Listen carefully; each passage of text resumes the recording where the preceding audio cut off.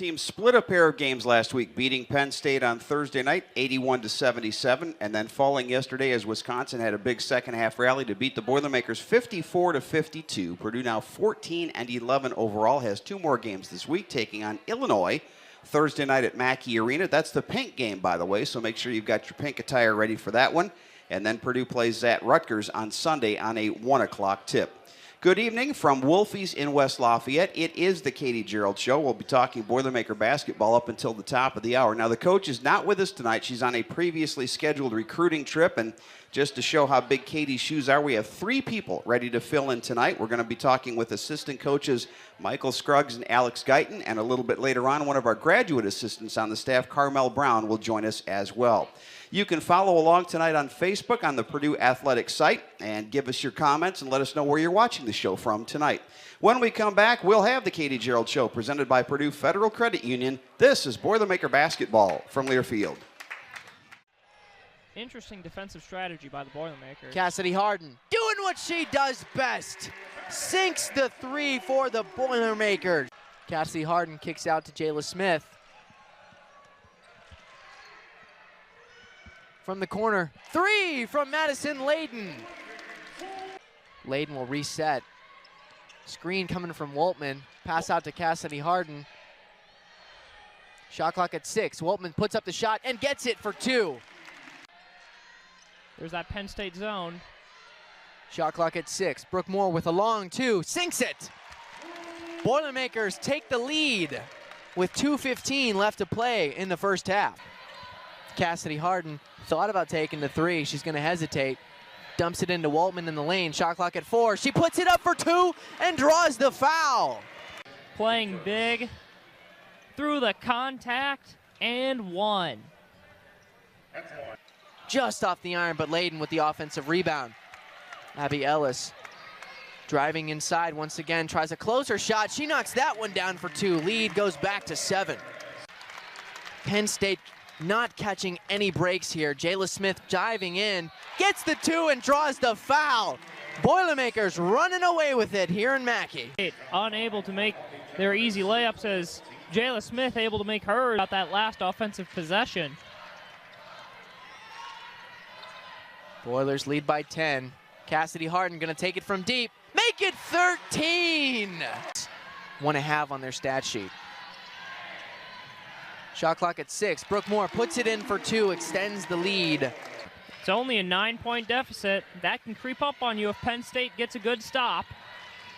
Brooke Moore driving inside, makes it 11. Jayla Smith near the wing, kicks it out to Ellis. Layden on the left wing. Back.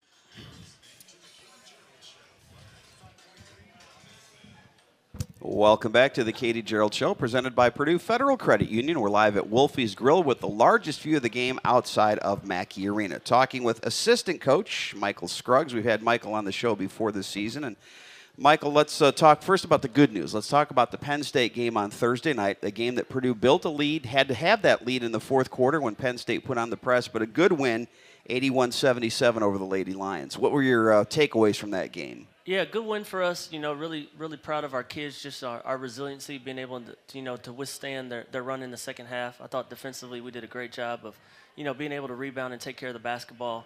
Made some clutch free throws down the run. So great win for us. Super excited for our team. It seems like Penn State always has that one player, whether it's a Kelly Mazzanti or Maggie Lewis, who can kind of take a game over. McKenna Marisa did that in the fourth quarter. She had 19 of her 31 points in that final 10 minutes. And she's a player, once she gets it going, it's hard to stop her, and she got it going in those last 10 minutes. She did. I mean, she's tough. I mean, she does a great job of changing her pace. She does a great job, with our scout, just watching her play. Like, she's always surveying the field. She does a great job of creating for her teammates, being able to shoot the basketball from the perimeter as well as being able to get to the rim. I mean, she's definitely a tough guard. She's an all-league kid. And phenomenal basketball player. We haven't seen a whole lot of teams put on the kind of pressure that Penn State put on, and sometimes it's, when you haven't faced that a lot in game situations, it's a little bit tough. When you look back at the films, what do you think you did well against the press, and what did you not do well? I think the biggest thing was just mostly kind of like our spacing, just not having enough outlets when they were pressing us and not being able to, to pass the ball and have open outlets. And then also on top of that, being able to flash to the ball when our teammates are in need. So definitely something that we have to clean up, watch film with our guards and, our post players, and just being able to make sure that we're available for each other so we can give each other, appropriate outlets so we can be able to, withstand their press. One of the positives coming out of that game, though, was the play of Ricky Waltman. She had a career-high 18 points. She matched her career best with 11 rebounds, and Ricky was really a big player in down the stretch and throughout the game. Ricky was huge, and I love that kid, man. Just to see her have success like that, it was huge. I was just super proud and happy for her. I mean, double-double. I know she had, 18 and 11, I believe. Yeah, yep. Just all the work that she's put in, and for her to be able to reap those benefits is really special, and I'm really happy for her. So you felt pretty good getting on the plane, going off to Madison, and for about 21 minutes, we felt pretty good yesterday. Let's talk first about the good things. 17-0 start. You had almost a complete shutout in the first quarter. Katie did say after the game, though, I thought Wisconsin got good shots in the first half. It wasn't that they weren't getting shots. They just weren't making their shots. They did. Yeah, they had good shots. I thought defensively we did a decent job. I wouldn't say we did a great job, but we did a decent job. But they did, unfortunately, they did miss some shots, and then we were able to corral those rebounds. And then, in the first half, we were able to get some stuff going offensively, which, allowed us to have that run. But they did get good looks, and, quite naturally, they kind of struggled a little bit early on in the game, but, second half it was a little bit different. Well, and Cassidy Harden hits a three-pointer for you at the just before the buzzer, so you're up 35-15. You score in your first possession of the third quarter. You're up 37-15, and then you missed 24 of your last 28 shots. As you go back and look at those, good shots, bad shots, a little bit of both? I thought we had some decent shots. I thought their zone bothered us because we weren't able to flow as freely as we were, offensively as we did in the first half, and I thought that bothered us some. Defensively, I thought our intensity could have been a lot better. I thought once they started making some shots and offensively they started going and getting some confidence, and then when we weren't able to combat that and score on the offensive end, I think that's when, runs turn. They score 3 consecutive buckets. We don't score 3 consecutive buckets. Next thing you know, that's a 9-0 run. Yeah. So you're up 20, and then that next thing you know, that's an 11-point win. 11-point run. So definitely got to be able to withstand those runs. So. You talked to Michael about their zone. A lot of times teams will really pack a zone in tight. They were just the opposite. Their zone was really spread out in the half court yesterday. It was. They really kind of laned us and were matching us and trying to forcing us and giving us the paint. They were really kind of matching our shooters in their 3-2 zone. And they really tried to take away the 3-ball with that. We haven't seen a lot of zone against Purdue this year. A lot of teams have played man against the Boilermakers. They have. We have not. But I think a lot of that has to do with the fact that we do spread the floor and we do have shooters out there. And, some teams have, kind of been hindrance to face us against the zone. But they packed it in, and they were disciplined with it, and they stuck with it, and it caused us some problems. Sometimes when teams get into a hot shooting streak, everybody kind of gathers and gets that momentum. Sometimes the opposite happens, and we see it a lot at the free throw line. If your first player at the free throw line misses a shot or two, you might go 10 for 20 that night from the stripe. And I thought as the game went on and more misses, they just kind of compounded upon each other. Yeah, they do. Unfortunately, they do. I mean, when you're not consistently seeing that ball go through the basket, and then defensively when you have some mishaps here and there, and then once they start getting momentum and they start get going, that's when stuff starts to get a little tough for us. All right, we're coming to you from Wolfie's. We'll have more of the Katie Gearlds Show presented by Purdue Federal Credit Union after this. This is Boilermaker basketball from Learfield. Schrammick in the left block, got it poked free, picked up by Harden, pass up ahead. Here is Ellis on Douglas, and Douglas does a good job of stopping her defensively, but she'll throw it out to the top, and a 3 is hit by Harden. Perhaps keeping the Badgers so far early in this game. Stoffaker out there defending a drive by Ellis. Now she spins by Schrammick up with the left hand, and she finishes. Right wing, gives to the corner, skipping it to the near side. Stoffaker with the pass. Now to Julie P. out on top, bouncing inside for Schrammick, and it's stolen by Ellis. Now it's one-on-one. Ellis pull up 15-footer at the charity stripe is good. This is Ellis, screen set. Ellis tries to turn the corner, can't do it. Throws it to the left corner. Now to Terry, mid-post on the left, bounce inside. Waltman, lower right finish is good for Ricky Wolf. They throw it around the horn, now to the right side. Harden, dribble drive, handoff, where it's picked up by Smith. Smith with a jump pass inside. Terry deep on the right, missed it. Got it back on the left, puts it up. It's going to dribble around the rim and fall through. Couple of dribbles, hands off on the right wing. Leitzinger defends. Here's a screen. Here's Terry. Tossing, corner, 3, launched, and it's in by Abby Ellis. Trying to get around Terry, got stopped at the right elbow. Now bounces for LU, who is cutting to the rim. And a weak side blocked by Waltman out of bounds. First three-pointer missed by the Badgers this quarter, now 3 of 4. Right side Harden, she takes a lot of them, and she responds with a 3 of her own on the right. To Ellis, fakes a pass to her right, flips it back to her left. Post Pishalova, caught it, stolen, 2-on-1 to Nelson, driving from the left, blocked by Purdue. Left to the corner now, it's caught by Terry. Shot clock's at 8, skips it to the far side corner. 3 in the air by Smith, and it rattles in. Purdue back on top. Left to the corner now, it's caught by Terry. Shot clock's at 8, skips it to the far side corner. 3 in the air by Smith, and it rattles in. Purdue back on top. Moore has it, looking for somewhere to go. Outside left to Layton, back inside the pass to Learn. Over Shremick, and it rattles in with 16.9. Layup's good. Timeout, Wisconsin. Welcome back to the Katie Gearlds Show. Boilermakers against the Fighting Illini. That'll be Thursday night at 7 o'clock at Mackey. Our pregame starts at 6:45. Illinois actually plays tonight. They'll be hosting Ohio State at 9 o'clock Eastern. Also, Maryland taking on Iowa at 9 Eastern. There's one game underway right now in the Big Ten. Indiana and Nebraska are tied at 18 after one quarter. Well, the sun did come up this morning, Michael. I got up early enough to check and make sure that it was going to come up. And, you know, you're around basketball long enough. You know that basketball is a game of runs within games. It's a game of runs within wins and losses. And you got to get off the mat after a very tough loss yesterday and get ready for 4 more games in the regular season. How do you get the kids back up? How do you get them the tire reinflated as we get ready to play Illinois this week? Well, you know, you just got to get back to it in practice. You know, we just got to be able to hone in on those details that we struggle with. We got to be able to watch film and be humble about, you know, the mistakes that we made and being able to learn and grow from them. And then on top of that, we just got to, you know, be in practice and, you know, give the kids some confidence and allow them to see some success. And then as a staff, we just have to prepare them for our very next game. We want to say hi to the folks watching us tonight on Facebook. Again, we're on the Purdue Athletics Facebook page. Ira, our good friend in Wisconsin. Remington, Sheila always checks in with us every week, as does John from Pennsylvania. Brianne Butler still loves her Boilermakers either way. You know, you find out on days like this where your friends are, That's right? so true. You find out So who your true. friends are. So true.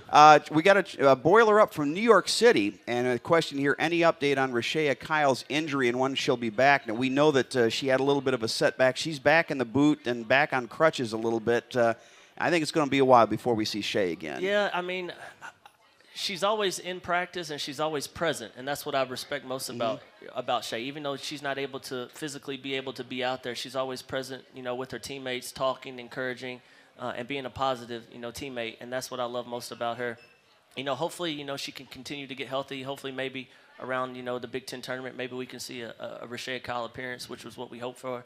But at the end of the day, you know, just her being a teammate and being able to sacrifice and think about others during this time is what I like most about her. I want to go back to basketball, and probably the truest and most often used cliche in basketball, it is a game of runs. Yes. And the key is to maximize your runs and minimize the opponent's runs. Absolutely. And sometimes it's just one play. It's taking a charge. It's making an extra pass. And I think that's a message that you try to get through to your team, that, you know, we can stop this. We just got to make one play to get this thing turned around. Absolutely. And I think a lot of times those plays happen on the defensive end.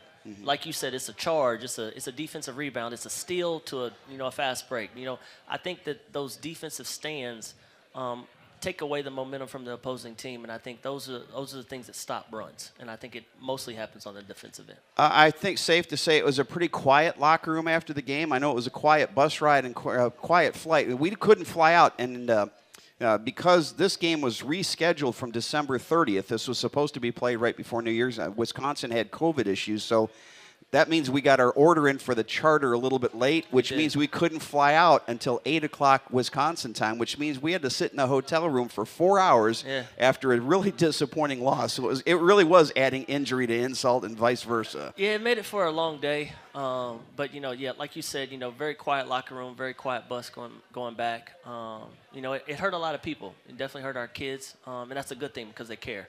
And so, you know, as a team, we just have to continue to rally around each other and just get better each and every day. It's also a day, I think, Michael, that you have to kind of look back from 35,000 feet down and take a look in the middle of February where this team is right now compared to where it was in the middle of October and where a lot of people thought it would be. You're disappointed today at 14-11 because, you know, there are a couple of games that have gotten away, but there were a lot of people that would have taken 14 wins and thought that was a pipe dream back in October. I don't know if that was in your locker room, but it was certainly the external thoughts around this program. Yeah, I mean, our kids and our staff, we're just resilient. I mean, we all want to work hard. We all want to win. We all sacrifice. We all have one common goal. A lot of people, would say that we're overachieving, but at the end of the day, we're hungry. Our kids are hungry. Our staff is hungry. And we just want to continue to just get better each and every day. I tell people all the time we're a work in progress, and we just want to continue to get better each and every day. Speaking of your staff, we're going to have Carmel Brown on after the break, and talk about the role of grad assistants. You're an assistant coach, grad assistants. We talked last week with the coach about all of the support people around this program. It really does take a village to help build a basketball team. It does. I was fortunate enough to be a graduate assistant early on in my career. And the thing I love most about Carmel as well as Jalen is that they're just a sponge to being around our program. I mean, Carmel does a phenomenal job. She helps us with some of our recruiting efforts. She does a great job with some of our scouts as well. And then she's also, at the end of the day, she's just a great positive influence to our kids. And I think that's a very important aspect as well. Just being a positive influence to our kids. And she does, she has a mentality. She just wants to do whatever she can to help, make this program successful. Michael, you have filled your role tonight. You may now be excused, and we'll bring on Carmel after the break. We'll have more of the Katie Gearlds Show presented by Purdue Federal Credit Union right after this. This is Boilermaker Basketball from Lear Field. Boilermaker fans, please welcome your 2022 Purdue softball team captains, Rachel Becker, Becca Jones, and Kaylee Halana to the court. This year's softball schedule features 56 games, kicking off this Friday as the team heads to South Carolina. The team will be back at Bettinger Stadium for 4 home weekends, beginning in late March against Illinois, Maryland, Michigan State, and Rutgers. Season tickets are only $30 for adults and $20 for youth. Don't miss your chance to see Purdue softball in action this season. Pick up your tickets at PurdueSports.com. Let's hear it for your Purdue softball team captains.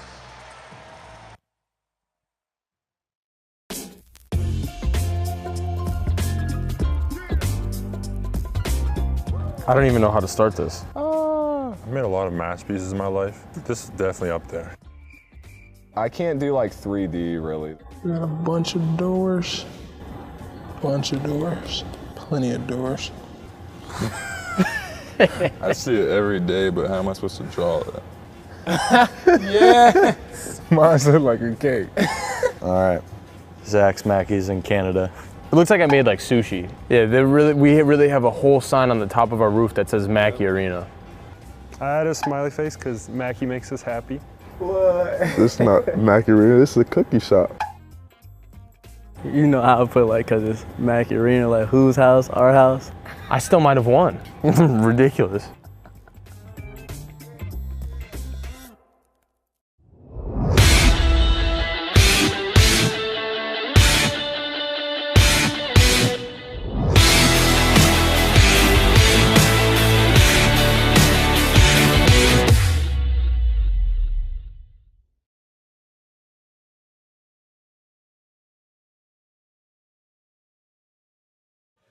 Welcome back to the Katie Gearlds Show, presented by Purdue Federal Credit Union. We're live at Wolfie's Grill with the largest view of the game outside of Mackey Arena. Looking at Facebook, Alice Learn, who I know is related to Ava, is looking forward to seeing the game at Rutgers on Sunday. That's because Ava is from Hyde Park, originally from Hyde Park, New York, so she's got some family out there. Carmel Brown is with us right now. Carmel, where are you from originally, first of all? Hi, I'm originally from Columbus, Ohio. Earlham College, correct? Earlham College, that's correct. Basketball player there. Yes, yes, I was. Captain your senior year. What brought you to Earlham, and then let's take your career path from there here to West Lafayette. Yeah, so Earlham College is a small Division III school in Richmond, Indiana. So I've been in Indiana for a while. Actually, the head coach at the time, really good family-friendly Anna Coots. And she was actually the high school coach at the school that I went to. But she left before I got to high school, but we continued that relationship. And so once she got to Earlham, she began the recruiting process with me. And when I went there, loved her as a person and a coach and fell in love with the team. And so that's how I ended up at Earlham College. Multi-sport athlete in high school, or was it pretty much all basketball? High school, that's a good, no, so junior high I did a little more. I was like, track, cross country. High school, I think my senior year, I ended up like throwing shot put and discus. But really just one sport in high school, and that was basketball. Now, I will say, you think of somebody with the shot put and discus, you're thinking usually large, more my size. How were you good at it? Okay, well, one, I think it's sort of myth, kind of, but it was really like the real fit people, which that wasn't me either. But no, I actually just had some friends that were doing it. It was one of those things which I became a high school coach, and then I'm totally against when people do things just to have fun. But I was that kid on the team that was there just because my friends were there, and they said, Carmel, join the team with us. So that was me for that sport. So yeah, I was just there to have fun, and so no, to answer your question, not very good. Carmel, my whole life has been dedicated to having fun. Now, don't spoil the party here. Then after college, what did you want to do, and tell us a little bit about those first couple of jobs out? Yeah, so after college, I wasn't super sure what I wanted to do. My major was business and nonprofit management, and so I ended up getting the opportunity to stay on at Earlham, where I graduated from, and work in the admissions office, and so as a counselor. And so I thought that would be a good kind of segue to any future career. You do a lot of recruiting with the students. I thought that I was a people person, thought I'd be good at that. Plus, you're selling, a place that you love, and I really loved Earlham, so I thought it'd be great to bring people there. And then coaching, my dad says I was, born for this, and that it's, in the blood. So my dad actually was always a basketball coach. He actually was pretty early in the AAU circuits, like when they first started happening for girls basketball, many years ago in Columbus. And so, I did maybe coached a little bit of Little League in high school and stuff like that, but actually my college trainer came up to me and was like, hey, my daughter's school down the street, they need an assistant coach, would you be interested? And I'm like, yeah, okay, sure, why not? So I was actually an assistant for a year and ended up being head coach the next year, and so then I was a head coach for 3 years there. So just kind of, wasn't sure what I was going to do, but coaching just kind of came, and it started by, being able to stay around in Richmond as an admissions counselor. The biggest difference I hear between an assistant coach and a head coach, one makes suggestions, one makes decisions. How did you transfer, and how did you make that translation over to the head coaching job? Yeah, it was, it wasn't too tough because the kids did love me, but that's the joys of being an assistant. I had an assistant coach in high school. I think I had 3 different coaches over 4 years, but I always had the same assistant, Shelly Nichols. She actually played at Ohio State, and she would tell us there's longevity in being the assistant. You just kind of get to chill and relax, and everyone loves you, and you're there to have fun. Right. You're there to kind of be, I think, the player's coach kind of. And so, players loved me, but of course you're right. I'm no longer making suggestions. Now it's my decision. Now before, you were like, Coach Brown, I'm not getting in, and you were sad. Now it's like, Coach Brown, you're the reason I'm not getting in. But I'd say we made the transition pretty well. I'd say most of my team, probably 70-80% of them, I talk to them at least once a year. So then you moved up to the collegiate ranks, Franklin and Marshall and Denison University. What was that experience like? That experience was great. So again, I'm a Division III kid, and so when I went back to Denison, that's near my home. Granville, Ohio, is very close to Columbus. I pretty much lived in Columbus and just commuted to Granville. And at the time, when I first got to Earlham, Denison was actually in our conference, and so I knew them as a real powerhouse program. Actually, DePaul, where are they at? Newcastle? DePaul is in Greencastle. Yes, Castle. thank you. I knew it was a castle. Yeah. So DePaul kind of. Yeah, that color castle. Yes. Yeah. So they they're pretty dominant in that league. But I knew Denison was a powerhouse in D3, and so I didn't think the coach was going to give me a chance. And she brought me on as a part-time assistant for 2 years, and let me be the head JV coach my second year. And it was then that I was like, okay, I think this is what I want to do. I'm ready. So then I looked for opportunities for a full assistant position, and so the Franklin and Marshall job was actually a full-time coaching position, and it was from there that I was like, I think I'd like to do this at the highest level, so let's figure out how we get there. All right, we'll talk about the jump to Purdue after the break. This is the Katie Gearlds Show, presented by Purdue Federal Credit Union, and this is Boilermaker Basketball from Learfield. O'Connell, over the middle, he's got Hopkins, the tight end. No one in front, can they catch him? Bryson Hopkins to the touchdown, 72 yards. Partner, that's the difference between a freshman and a fifth-year senior. You get it to the guy with experience that has made those plays over his career. He goes untouched, 72 yards. Bryson Hopkins has been one of the best tight ends, not just in the conference, but nationally. On the outside. Hopkins in motion. Horvath in motion. O'Connell has a man wide open. It's Hopkins, and we're tied at 31.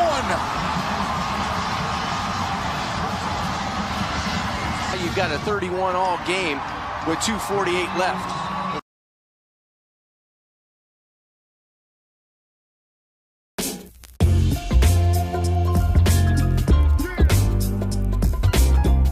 This should be easy. This is where I thrive. You know, the basics. This is doable. I think this is my best one. The art talent is just unmatched right here. I'm proud of this one. I like yours, no doubt. Hey, bro, you ain't got a lot of me, bro. No, for real. I like how you did that. Oh, man. This is bad. Somebody's about to steal that logo. What is this, bro? You feel me? That's tough. That's tough. I can't lie, yours is better than mine. The detail is there. That's so bad. How is that so bad? I even got the gold right. There's no outline, there's no...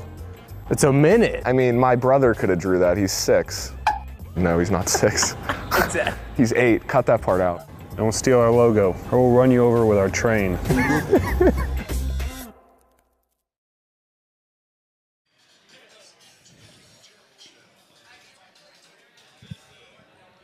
Welcome back to Wolfie's and the Katie Gearlds Show. We're talking with Carmel Brown, who is a graduate assistant with the women's basketball program. And Carmel and I have something in common besides Purdue women's basketball. I work at the Krannert School of Management, and you are a student at the Krannert School, second-year MBA student, about to graduate here before too long, right? Ooh, I am. So let's talk about that combination. You came here to get an MBA, but you were also able to get on the staff as a graduate assistant. How did that all come about? Yeah, so in looking at, okay, how do I get to, somehow coach at the highest level at some point, I thought something that was missing from my resume was, a master's degree. It doesn't always matter what it's in, but I knew I needed one. And so when thinking about looking at, GA positions, I decided, okay, like if I'm going to get a master's, like I want, one of the better degrees, that really can take me somewhere if, I no longer do basketball or whatever. And so, my significant other, has ties to this area in Purdue. And so, and looking at graduate schools, Purdue was high on the list. So, before looking that route, basketball was a focus. And so, some people that were on the staff, a few years ago, made those connections. Super appreciative of Coach V giving me the chance to be a volunteer last year, and kind of, earn my stripes a little bit, prove that I was ready to work. And then when she allowed me to be the GA, I was super appreciative and grateful. So that's how that happened. Talk about your role. What is your role on this basketball staff? Yeah, so, I like to think that it's, our job to make it so that, the players hopefully just have to play, the coaches just have to coach. So kind of anything behind the scenes is really, what I and what Jalen and I help do. So like Coach Scruggs said, I do a lot of the recruiting, like some of our mail outs and things.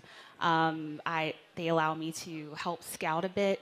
Coach KG was great about, kind of asking like, what we're looking for, or like if there are things that we want to do more of, like, go to her and ask, like, recently, asking to be like a little bit more involved in, just kind of sitting back and listening to them, how they, they talk about the scout and like what we're doing and all that planning.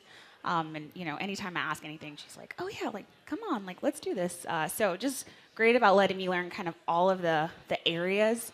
Alex is working on our camps this summer, so she's allowing me to kind of help with that, with the marketing and whatnot of our camp. So just kind of all little areas so that whenever we are able to kind of take the next step and make this full time, we can really speak to all the different things that we've done and kind of be able to put in any role and be successful. Okay, so in about 3 months, you're going to have an MBA in hand from the Krannert School. Now, do you go the business route? Do you go the basketball route? Do you meet somewhere in the middle? Have you decided what your path is from here? Yeah, so the path is, hopefully that I will be continuing with basketball. I do have the MBA, and so that's definitely a possibility. And we know that in this profession, nothing is incredibly certain. But I am definitely gonna put my best foot forward to give it a try. So I've been going to the Final Four, the conference, every year for the last, I think, pretty much 4 or 5 years. And so we'll go down there and see how many hands we can shake. So yeah, hopefully you'll see me, on ESPN somewhere next year. Well, I know we have a lot, we have a lot of other coaches and other people looking in. If you want to hire a talented young assistant coach, right here, we've got one for you, Carmel Brown. Carmel, thanks for coming on tonight, and thanks for all you do for the program. Thank you so much, Tim. All right, we'll have Alex Guyton when we come back. It's the Katie Gearlds Show presented by Purdue Federal Credit Union, and this is Boilermaker basketball from Learfield. Interesting defensive strategy by the Boilermakers. Cassidy Harden doing what she does best. Sinks the three for the Boilermakers. Cassidy Harden kicks out to Jayla Smith. From the corner, three from Madison Layden. Layden will reset. Screen coming from Waltman. Pass out to Cassidy Harden. Shot clock at 6. Waltman puts up the shot and gets it for 2. There's that Penn State zone. Shot clock at 6. Brooke Moore with a long 2. Sinks it.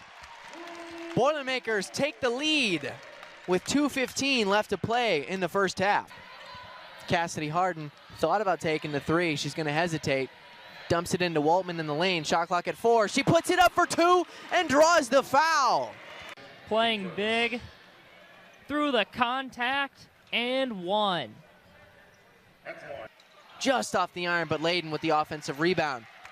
Abby Ellis driving inside once again, tries a closer shot. She knocks that one down for 2. Lead goes back to 7. Penn State not catching any breaks here. Jayla Smith diving in, gets the 2 and draws the foul. Boilermakers running away with it here in Mackey. Unable to make their easy layups as Jayla Smith able to make hers about that last offensive possession. Boilers lead by 10.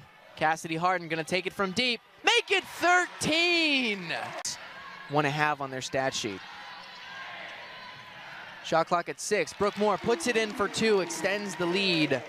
It's only a 9-point deficit. That can creep up on you if Penn State gets a good stop.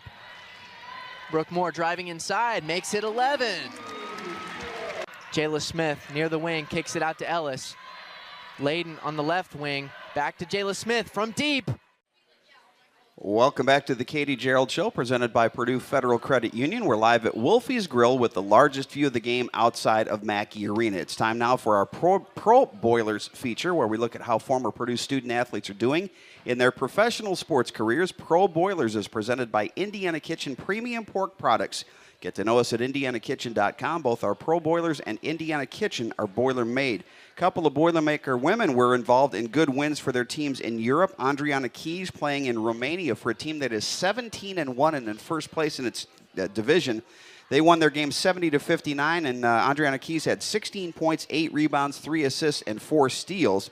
Aya Traore, playing in Spain, had a good game with 18 points and 9 rebounds. Her team lost, though, and they are now 9-8 on the season. They lost their game 68-60. And one other Pro Boiler that we have to talk about quickly, Bryson Hopkins. 2 years in the NFL, caught a total of 1 pass with the Los Angeles Rams, and yesterday in the biggest game in his career, Super Bowl 56, 4 catches for 47 yards, including 2 catches in the game-winning drive. And Alex Guyton, who's our next guest, our assistant coach, I bring that up because you never know when you're on the bench, when your name is going to be called. Exactly. And Bryson, the tight end was hurt, then Odell Beckham gets hurt in the game, so now they got to change who they throw the ball to. Bryson Hopkins was ready and made his time in the sunshine. And what an opportunity, and what does that teach our young demographic, that no matter what, you have to be ready as a professional, and to have the opportunity to catch a ball in the Super Bowl, that's life-changing. I did the Pro Boilers feature before we brought you on for a reason, and that is because you played professionally in Germany. What was that experience like? For people who don't know what it's like to go overseas and play, Talk about the language, the culture, and the basketball over there. It was an amazing experience. Of course, I was kind of that naive American going over to Germany, not really doing my research, just going, I know I'm going to play professional basketball, and that's it. And to leave the college demographic where it's very team-oriented to go to a single kind of, you're a professional, it's all about you and your numbers, do your thing. I struggled a little bit with that, and as well as getting assimilated with the culture and understanding. And then once I kind of bought into, this is the lifestyle of a pro, I had a couple leaders that took me under their wing, and I learned to get out in the culture and experience things. I had a blast, and I tremendously exceed that time overseas to my career now and being as successful as I have been. I spent a couple of trips over to Germany, and for the most part, I think a lot of people there speak English. Did you have any language issues, though, while you were there? No, not really. The only issue I had was with my head coach because he was Serbian in Germany. Okay. And so he kind of spoke a broken German, so even my German teammates didn't understand him. So that was kind of the struggle. Other than that, pretty much everybody knows English, and they'll try to work with you, and I knew the basics to try to get around and survive, and so that's all we could ask for. I know basketball, professional basketball is a lot different, and I worked with a little bit with the Indiana Fever, and there's a whole different vibe to it. Yeah. The game itself, is it more free-flowing over there? How is the European game compared to the American game? It's a little bit more free-flowing. It's more of kind of who has the hot hand and exploiting that. And I was on a team where we were all kind of different in ways, so different games and different teammates scored in different ways. And I think if you are good at what your skill set and are a professional and can hit shots and play defense, there's always a role for you somewhere. Alex, you played a lot of basketball in high school and collegiately and professionally, and you've seen the runs for and you've seen the runs against. When you have a situation like yesterday, what can you do as a player to try to change the game and turn the game around? Just kind of understanding that it's the little successes and disciplines that are going to help us in the long run. Talk to our strength coach today. I think we talk about happiness and joy. And joy is kind of that short-term satisfaction. And we need to be able to put in the work knowing that we're not doing it for joy, we're doing it for happiness. And happiness is seeing the success of the program going forward and winning games and executing the way we need to execute to take care of business day in and day out. What's the difference for you going into the locker room after a game like yesterday as a player as opposed to going in as a coach? As a player, you're probably making excuses for yourself. You're pissed, you're annoyed, and you don't know what quite went wrong, but you know all of what went wrong. Yeah. As a coach, you're slightly disappointed and want better for your student athletes. You want them to understand that this shouldn't have happened. It shouldn't have went down the way it did, but know that there's a reason why, and it's all the little things that maybe we didn't do the right way that we could have controlled to make it a better situation for ourselves. But again, the sun did come up, and we lived to fight another day. It did. All right, we're talking with Alex Guyton. We'll be back in 2 minutes. It's the Katie Gearlds Show presented by Purdue Federal Credit Union, and this is Boilermaker Basketball from Learfield. Boilermaker fans, please welcome your 2022 Purdue softball team captains, Rachel Becker, Becca Jones, and Kaylee Halana to the court. This year's softball schedule features 56 games, kicking off this Friday as the team heads to South Carolina. The team will be back at Bettinger Stadium for 4 home weekends, beginning in late March against Illinois, Maryland, Michigan State, and Rutgers. Season tickets are only $30 for adults and $20 for youth. Don't miss your chance to see Purdue softball in action this season. Pick up your tickets at PurdueSports.com. Let's hear it for your Purdue softball team captains.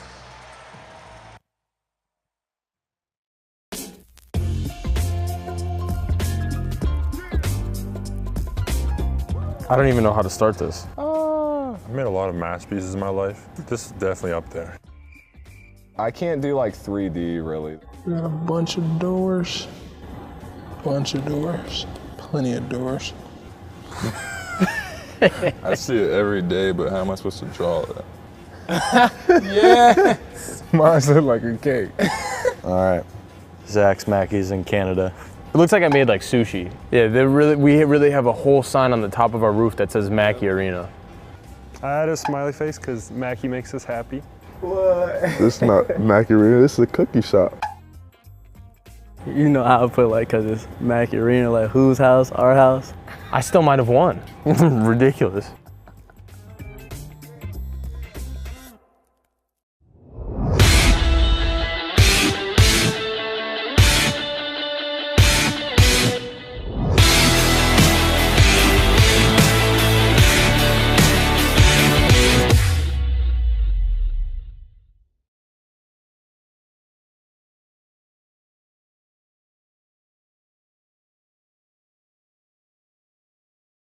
With assistant coach Alex Guyton here at Wolfie's on the Katie Gearlds Show, and a couple of games coming up this week. We've played everybody in the Big Ten now. You've played all 13 teams, so now it's these last 4 games are repeat games, starting with the Fighting Illini, a game that you pretty much controlled over in Champaign. But as we found out yesterday, you take nothing for granted.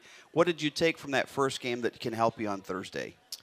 What kind of team we can be when we put our mind to it and we come out and we want to dominate. And I think we have to come in with that same mindset on Thursday. Is we have to be in go mode and attack and not wait and kind of settle for the game to come to us and kind of take charge right away.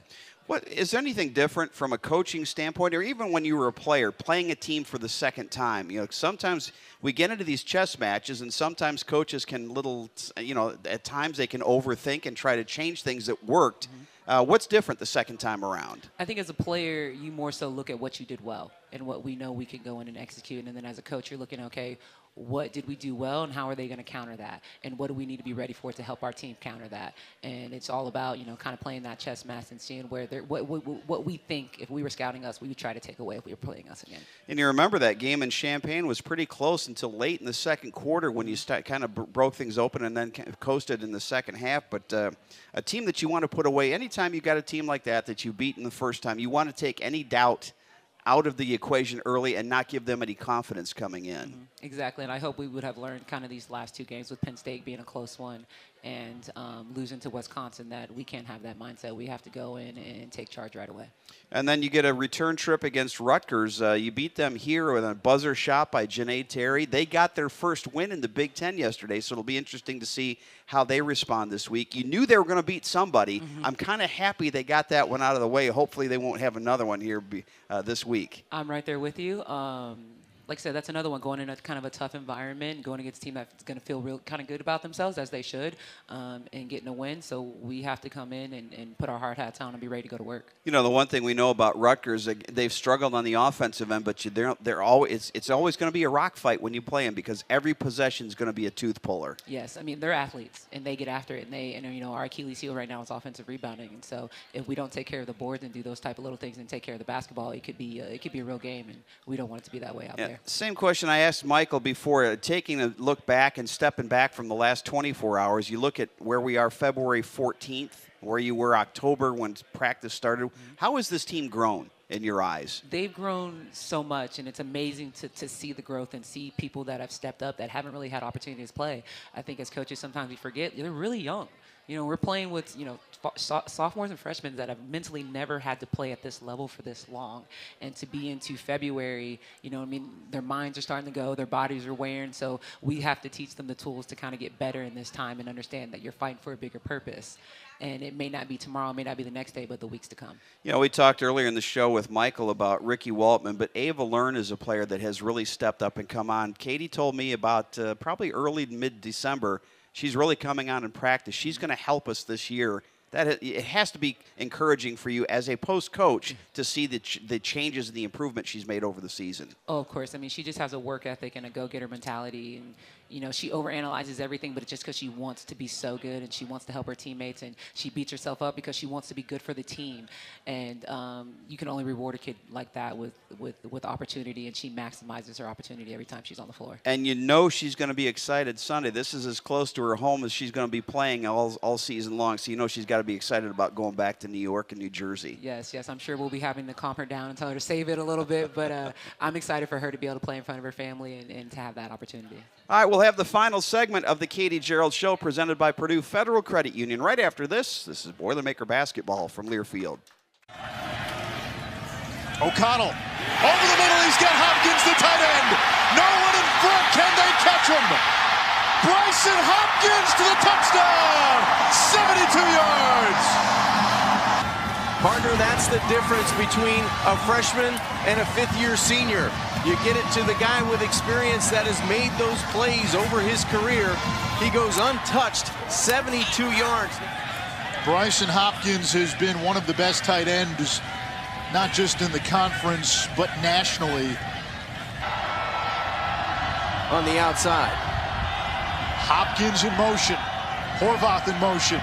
O'Connell has a man wide open. It's Hopkins, and we're tied at 31. You've got a 31 all game. with 2:48 left.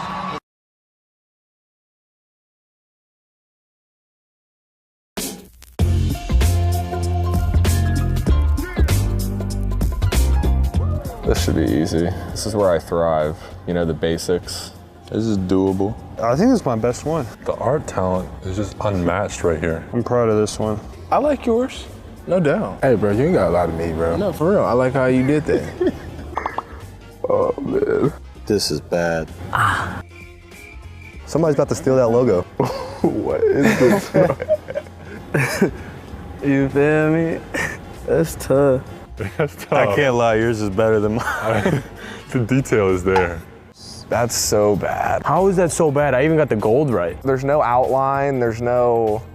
It's a minute. I mean, my brother could have drew that. He's 6. No, he's not 6. He's 8. Cut that part out. Don't steal our logo, or we'll run you over with our train.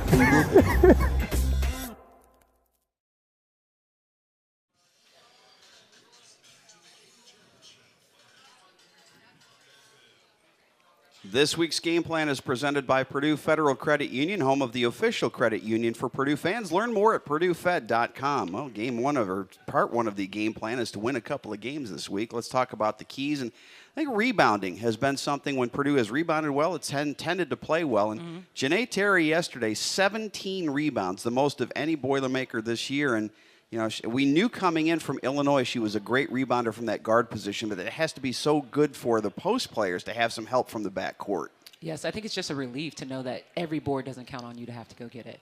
And for JT to step up and take advantage of those opportunities because they weren't boxing her out and grab some boards for us really, really helped us. And hopefully we can carry that over and get Jayla involved with getting some offensive rebounds and Mads as well because their length is so beneficial to us. And if we can get out and go fast, that's what we need. I'm glad you mentioned Jayla Smith because Jayla Smith is a player I think that has come on as the season has gone, and I was impressed. She hit a big three-point shot at the Penn State game when they got it down to a 2-point game. Hits a huge three yesterday that for a while looked like it might be the game winner against Wisconsin. And then at the end, I still don't know how the shot she put up in the final seconds didn't go in. It went all the way around the rim and out. But you like the fact that she's not afraid in that moment to take that big shot. Love that. I mean, what an amazing opportunity the last couple games for her to step up and take charge, and she's really done that. You know, we thought after Florida she'd really blossom, and she had a couple setbacks, and in these last couple games she really showed us why she's the Miss Basketball, and she's proven it every single day, and to, you know, becoming a young lady in front of our eyes. Well, Alex, I thank you and your counterparts for stepping in tonight. Katie Gearlds has big shoes, but I think we've filled them pretty well this evening. I think so. Thank you so much for having me. Thank you, everybody, that's here. All right, the Boilermakers will take on the Fighting Illini on Thursday night. That'll be a 7 o'clock start at Mackey Arena. We'll start our broadcast at 6:45. Wear your pink. It'll be the pink game on that one. And then Purdue on the road at Rutgers on Sunday. That'll be a 1 o'clock tip, so we'll have that broadcast starting at 12:45. We only have 2 Katie Gearlds shows left, February 21st, so we're here next Monday. Then we skip a Monday, and our final show of the season will be on March 7th, so only 2 more opportunities to come down and see us here at Wolfie's. We want to thank our on-site engineer, Wes Scott, and our producer, Roger Forsyth. We want to thank again Alex Guyton, Michael Scruggs, and Carmel Brown for joining us. Again, the Boilermakers at 14-11 overall and 5-9 in the Big Ten. A couple of games this week, and we hope to see you in Mackey Arena on Thursday night. Until then, for everybody, this is Tim Newton, and this is Boilermaker Basketball from Learfield.